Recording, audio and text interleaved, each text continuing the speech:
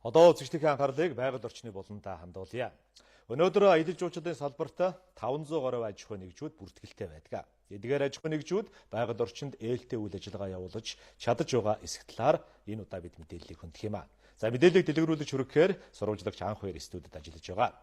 Анх хоёроо тэгэхээр аялал жуулчлалын салбар үнэхээр байгаль орчинд яг ээлтэй байж чадаж байгаа юу? За яг энэ асуудлаар өнөөдөр бол албаны хүмүүстэй студид орж бид ярилцгаар болсон. Ер нь аялал жуулчлалын салбар манай улсад яг энэ байгаль орчинд үнэхээр ээлтэй байж чадж байна. Бид энэ унган байгаль өхөө одоо чаашид илүү одоо унган байгалаар хадгалахад бас юун дээр гол анхаарах хэрэгтэй. Яаж хамтарч ажилласан гэдэг энэ мэдээллийг өнөөдрийнхөө болонд илүү дэлгэрүүлж хүрэхээр бэлтгэсэн байгаа.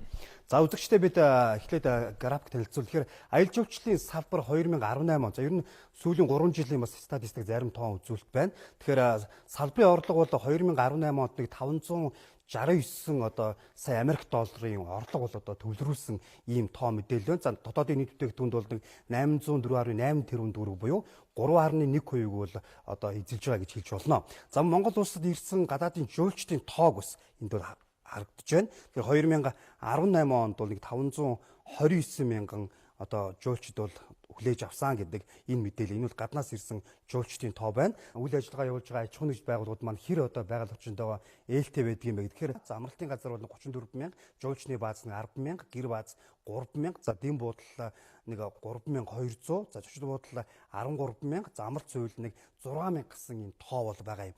За үргэлжлүүлэн бид байгаль орчин аялал жуулчлалын яамны аялал жуулчлалын бодлогыг цуцруулах газрын дарга баясгалантай бид яг энэ асуудлаар бол ярилцах гэж байна. Тэгэхээр манай улсад үйл ажиллагаа явуулж байгаа эдгээр энэ аялал жуулчлалын компаниудын хувьд үнэхээр энэ байгаль орчинд ээлтэй байх тэр зарчмаа хэр зэрэг хадгалж чадж байгаа бол. За тэгэхээр аялал жуулчлалын салбараас байгаль орчинд үзүүлэх нөлөөг бид нэр ерөнхийд нь хоёр түвшинд авч үздэг. Энэ нь одоо байгаль орчинд аялж байгаа нийт жуулчдын гадаадын болоод дотоодын жуулчдын байгаль орчинд үзүүлж байгаа нөлөө нөгөөтэйгөр тухайн байгаль орчин байгалийн нөөцийг ашиглаж үйл ажиллагаа явуулж байгаа амралтын газруудын байршуулах хэрэгслүүдийн үйл ажиллагаагаа үзүүлэх сөрөг нөлөөг тодорхой түвшинд бууруулах талаар тусгагдсан байдаг. Тэгэхээр энэ стандартын хэрэгжилтийг жил болгон байгаль орчин аялал жуулчлалын яам мэргэжлийн хяналтын ерөнхий газраас бас мөрдүүлээд ингээд ажилтдаг байгаа.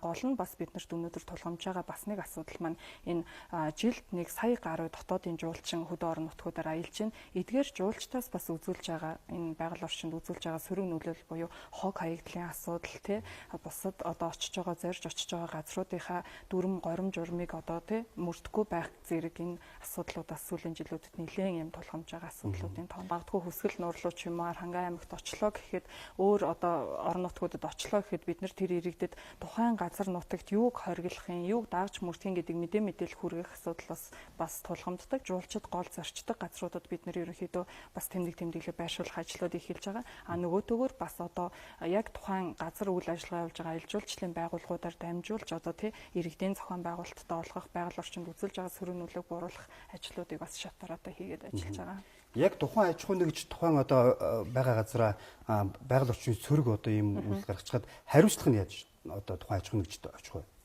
Ерөнхийдөө яг аялал жуулчлалын одоо өвчин төгөлдөр мөрдөгж байгаа аялал жуулчлалын тухай хууль, байгаль орчныг хамгаалах тухай хууль, тэгээд дээрээс нь зөрчлийн тухай хуулиар эдгээр одоо байгаль орчин сөрөг нөлөө үзүүлсэн байгалийн нөөцийн ашиглалтыг одоо зохистой бас байдлаар яасан тохиолдолд одоо тодорхой хэмжээний торгуул ногдуулдаг байгаа. Тэгэхээр энийг бол жил болгон бид нар шалгадаг. Яг стандартаа хангаж гин үү иргэдэд болон байгаль орчинд одоо мөрдөх ёстой стандартуудаа хангаж гин үү үгүй бол одоо ямар одоо юуг ямар торгуулийг ногдуулах вэ? Эргээд бас сануулад энэ зөрчлөө арилгаад үйл ажиллагаагаа хэрхэн сайжруулах вэ гэдэг дээр бол ерөнхийдөө жил болгон бид нар тодорхой хэмжээний хуваарьт шалгалтуудыг хийгээд энэ дээр торгуул ногдуулах, эсвэл зөрчил арилгах арга хэмжээнүүдийг аваад ажиллаж байгаа. Одоо сэргээгдэх хэрчим хүч эсвэл одоо ариун цэврийн байгууламжаа дахин одоо сарал усаа дахин ашиглах технологич гэдэг юм уу. Энэ технологиудыг үйл ажиллагаанд нэвтрүүлсэн аж ахуй нэгжүүдийг зээл авсан тохиолдолд зээлийн хөнгөлөлтийг байгаль орчин аялал жуулчлалын яамнаас хариуцахаар энэ одоо асуудлуудыг яаж вэ? Тэгэхээр бид нар илүү одоо хянаж шалган торгоно гэхээс илүү энэ байгаль орчинд ээлтэй үйл ажиллагаа явуулж байгаа аж ахуй нэгжүүдэд ногоон гэрчилгээжүүлэлтэнд хамруулах, урамшуулалт хамруулах, энийг улам одоо сурталчлах үйл ажиллагаа нь энэ чиглэлээр хамтарч ажиллахаар зорж байгаа гэж ойлгож байна. Нэгжүүд маань үнэхээр байгаль орчинд хэр зэрэг ээлтэй ажиллаж байна гэдэг энэ асуудлыг бол хөндөж байгаа. За ямар тааж хууль эрх зүйг тодорхой одоо сайжруулах шаардлага бол байгаа юм байна. За цаашдаа илүү хариуцлагажуулах энэ хэлбэрлэлөө бол шилжнэ гэдгийг бол албаны хүмүүс бол бидэнд өгж байна. За бид энэ асуудлыг өргөжлүүлэн дараа дараагийнхаа бас мэдээллийн хөтөлбөрүүдээр бас хөндөх болно энэ асуудлыг. За болов уу, сайн баярлалаа. Баярлалаа.